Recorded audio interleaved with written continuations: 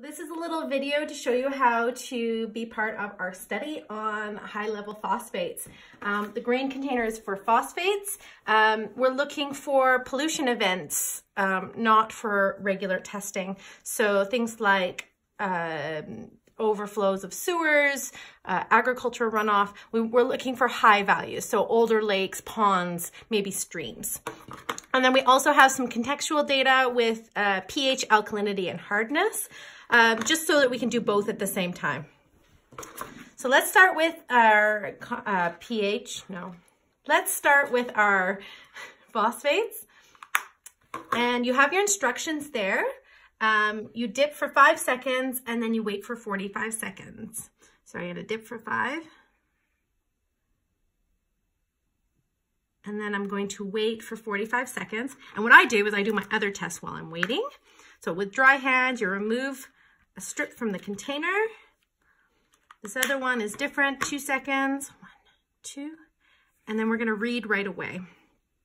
So to read it, we're going to lay it down on our little strip, use our phone, take a photo, like that. And then we're going to actually do the initial comparison using the back of the card. So as you can see here, I hold it vertically and it's sort of between 0 and 40. So I'm going to record 20. The pH looks pretty high, probably around 8.4. And then the hardness is between 0 and 100. So if it's between two values, I always take the absolute center. I'm going to enter those in, 20, 8.4, and 50. So you can use the sheet, or you can enter it directly onto your phone or a computer, as I'll show you in a second. So 45 seconds has passed. So I'm going to take a photo of it on the reference sheet.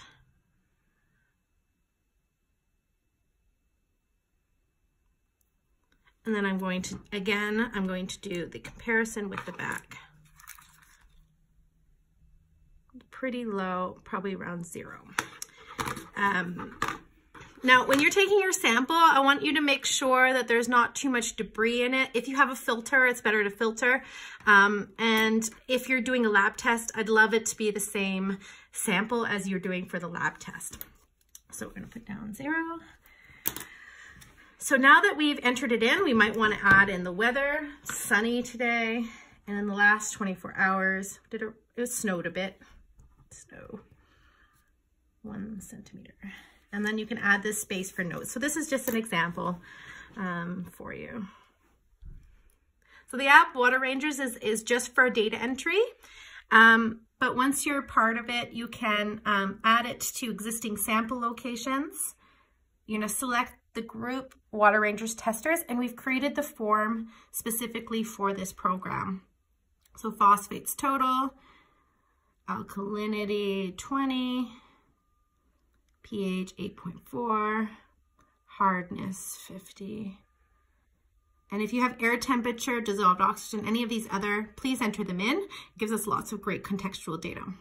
And then you just add the photos in and submit it, and that's it. You're completely done. Now, if you don't want to use the phone, you can also enter in your observations on the web. So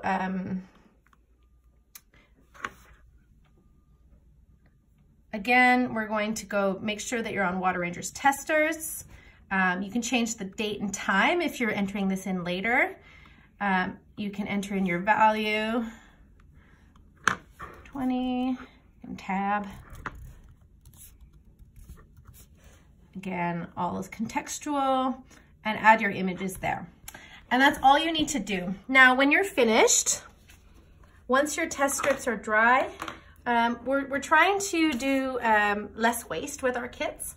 And so we've included an envelope that is about test strip recycling.